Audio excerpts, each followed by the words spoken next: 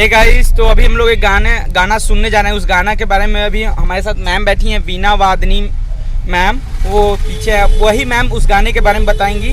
और जिस गाने को जो मैम गाई हैं कल्पना मिश्रा मैम, वो भी बताएंगे उस गाने के बारे में। और उसके बाद उस गाने को हम लोग गाते हुए गुनगुनाते हुए चलेंगे। हाँ, तो बोलिए मैम। गोल लागत नहीं, सब लोग के प्रणाम बा। हमरा संगे फेमस सिंगर कल्पना मिश्रा जी बाड़ी।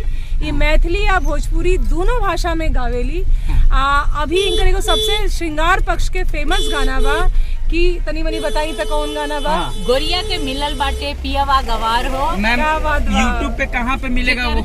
म्यूजिक देले वानी चंद्रभूषण जी और लिखले वानी डी चंद्रभूषण जी। अरे वाह। तो इस सफर पे हमनी के लिखल बानी जा और हमनी के जात रही जा राजेंद्र प्रसाद जी के पैतृक जौन गांव बा, उनकर हमनी के जेकरा के म्यूजियम में बदल दिया गइल बा, संग्रहालय के रूप में। तो अभी हमनी के पहुंचे वाला बानी जा। रास्ता में आई चली हमनी के सुनी जाई गाना के लुत्फ उठाई जा। साथ साथ में देख सकत नहीं हमनी के संगे हमनी के वरिष्ठ कलाकार मीना जी बैठल बाड़ी, हमनी संगे किरण जी हमनी के संगे बाड़ी, छोट हीरो लोग बालोग हमनी संगे हनु जी बाड़े। हनु हाय।